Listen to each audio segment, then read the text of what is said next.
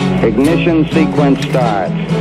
6, 5, 4, 3, 2, 1, 0. Liftoff. We have a liftoff.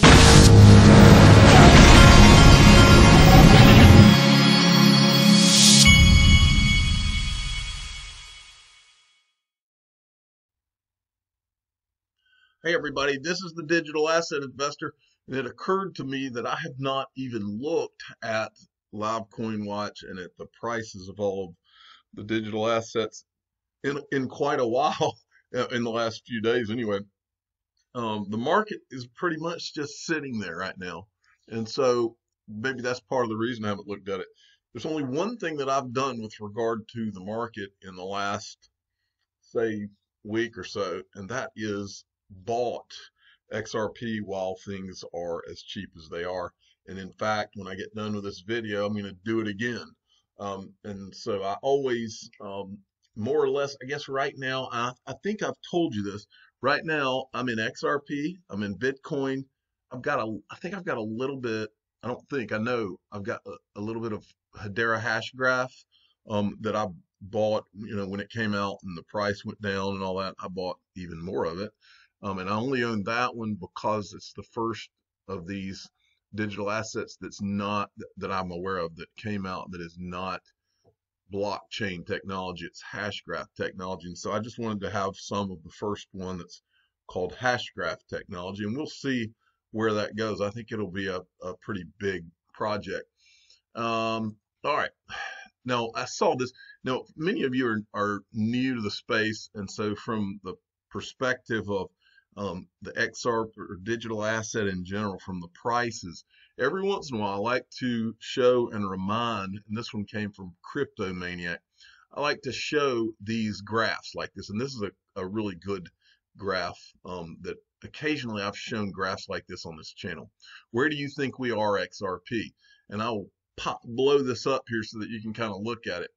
And this is like the bell curve for the life cycle of technologies. Innovators in production, early adopter, nearing production, early majority, 27%, late majority, laggards. And so in other words, the people for successful technology products or investments, these are kind of the people that get to ride up. I believe that we're somewhere right in here if I had to guess, but who knows how early or how late we are. But I really believe that we are the early of the early, if not right in here, further back here. And we don't even have the regulations and the custody completely worked out. That's more or less what's being worked on and everything. So anyway, every once in a while there's a lot of people that are new, so I like to show that kind of thing.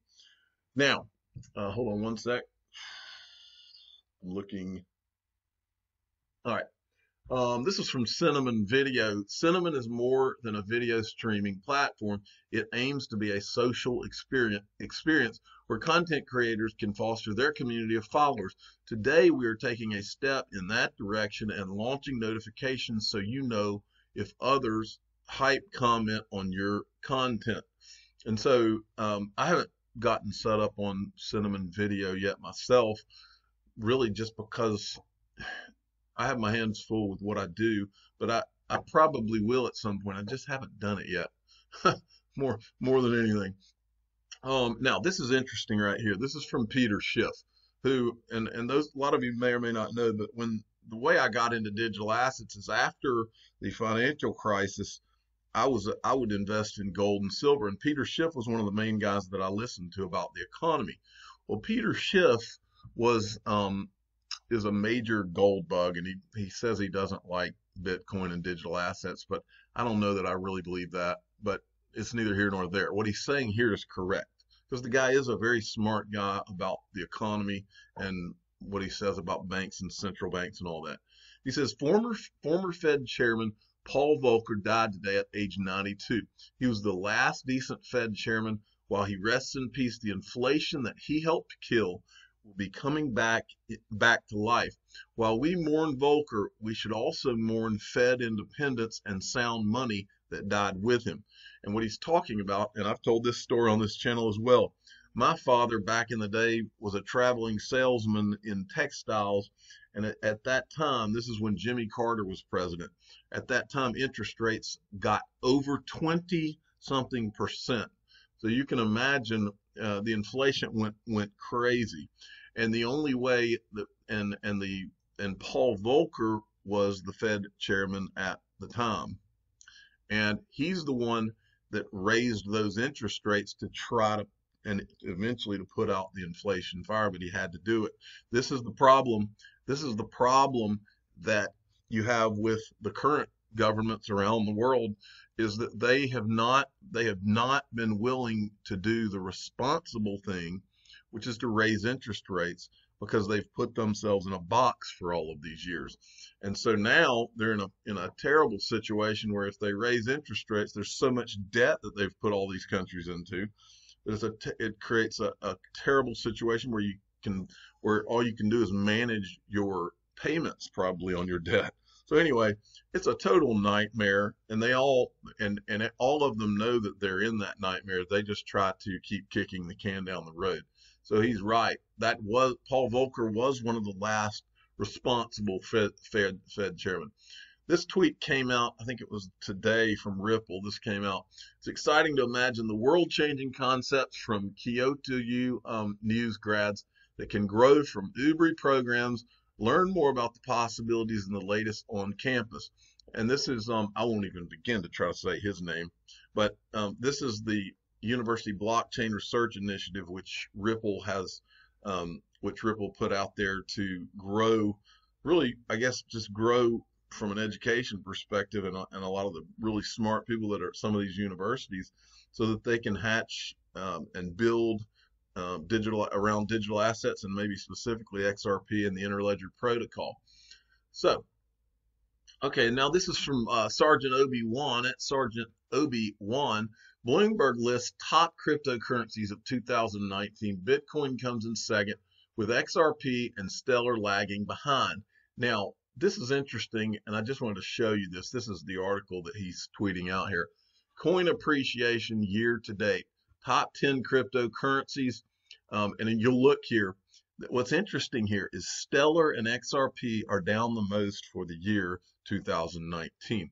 For whatever reason, ever since I got into this in 2013, Stellar and XRP followed each other, have always kind of followed each other. If one's up 5% for the day, the other one's somewhere close to that. That's pretty typical. They're very similar technologies. And what's ironic about this list right here, the true irony of this list right here, is that the XRP and Stellar, from a technological standpoint, from a speed, from how inexpensive they are, from the scalability, they are better technologies probably than just about anything on this list, and they are down more than any of the others. Nothing about it makes sense. Not in any way, form, or fashion does any of it make sense. And so when you look at this, when I look at this, I see major opportunity as we go forward, and I continue to see it. And then Ripple also tweeted this out, and this is an interesting thing here. Start your week off right. Discover how the flywheel for blockchain and payments is set to spin faster than ever before in our latest report. And if you look at this, Ripple had tweeted this out. This is what Ripple did. They're talking about the flywheel set in motion.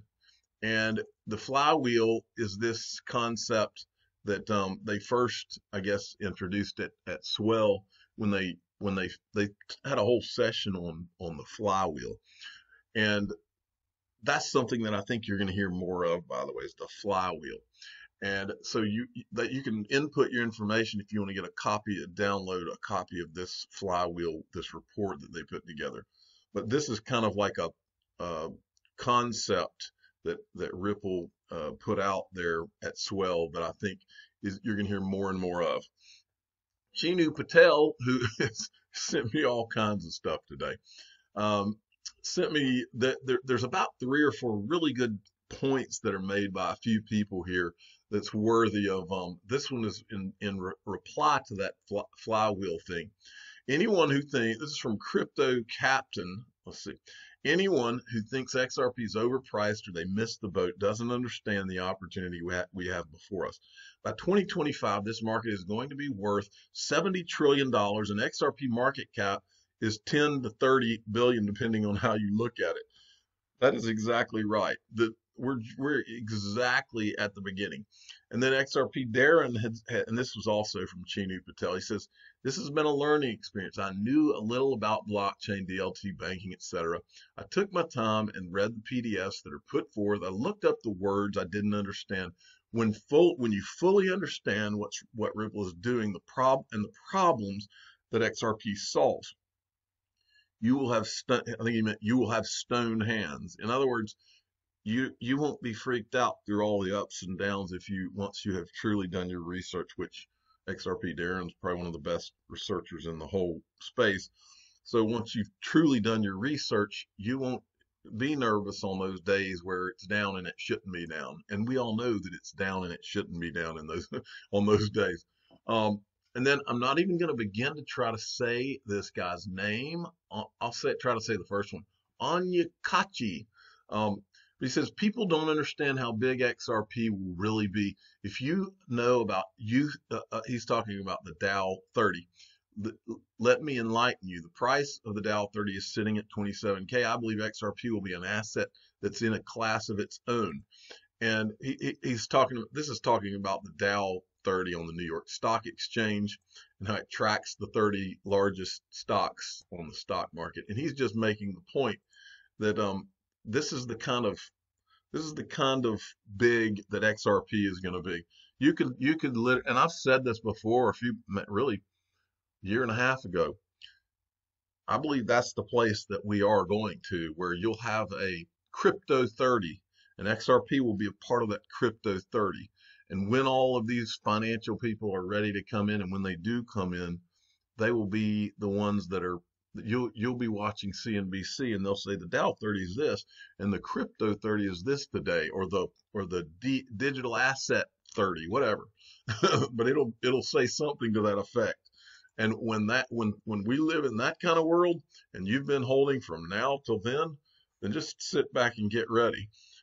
Adam White, now this guy is the COO of Bakkt. We're live with 2 new Bitcoin contracts, a cash settled future and options on futures, both fully regulated and leveraging our benchmark Bakkt Bitcoin USD monthly futures. More here. And I won't go into the article, that speaks for itself. And then there was also a CoinDesk just in. Bakkt's new options and cash settled Bitcoin futures products have just gone live, joining its 3-month-old physical futures contracts. And then Jaquito McPhee sent me this, and he's the official Bahamian ambassador of the Digital Asset Investor channel. But he sent me this. This was from Bank XRP, who's obviously a definite follower at Bank XRP. Congressman Warren Davidson will be on a panel today focused on things government must do to restore fintech potential for Americans. And this is Warren Davidson's tweet about this. Excited to join a great panel of let me see what this is right here. I'm going to follow that. Blockland Solutions returns. Okay. He says shortly, focused on the things government must do to restore fintech's potential for America's economy while restoring foray privacy protections. In my opinion, you cannot do one without the other. And then he replies to his own tweet here, replying to himself, created, not promised, distributed ledger, no central authority can alter. 3, transferable without any intermediary third party, does not represent interest in a company entity, de minimis tax exemption, same as fiat currency, custody standard. So that's that guy is going to be in the history books for sure. Now, this is something I wanted to make sure everybody realized. This XRP, the Standard Productions, had put this out. This made me laugh out loud today. I've said before, I think there's a serious place for a good sense of humor, as long as you're giving the proper disclaimers about something like this. There's a serious place for a sense of humor like this in the XRP community, and he's doing like this is like a parody site that he's been doing, and this is purely parody. I just want to make sure everybody knew. He says Ripple mistakenly sends 60 billion XRP to Twitter scammer. Shocking the fintech and digital asset world, blockchain payments company Ripple admitted Monday that they mistakenly sent 60 billion XRP to a phony promotion scammer on Twitter. My bad, said Ripple CEO Brad Garlinghouse. I'll take the blame for that one. I thought it was legit. Whoops. Now, I mean, to me, as long as we all know that something like this, that it's just parody, it's hilarious. Now, it's not just me that thinks it's hilarious. Listen, there's one thing that I know just from being around him briefly, and that is David Schwartz has a really good a good sense of humor, and does not take himself so serious like some people do. Well, XRP, the Standard Productions, had tweeted this, and then Costa Rica Kelly, I think she may have thought that this was a true, like he was putting it out there as a true article. She says you should remove this, and so I don't know if she understood that it was just parody or not, but I think that she just thought it was he was really putting that out as an article. But David Schwartz comes in and he says, how can you tell? Brad does stuff like this all the time, like that all the time. Like, yeah, he accidentally gives away 60 billion XRP all the time. So it's good to know that the people at Ripple have a pretty good sense of humor. I'm the digital asset investor. I'm not an investment advisor. This is for entertainment purposes only. Please subscribe and hit the like button and tell your friends and family that David Schwartz is a pretty funny guy. Thank you for listening.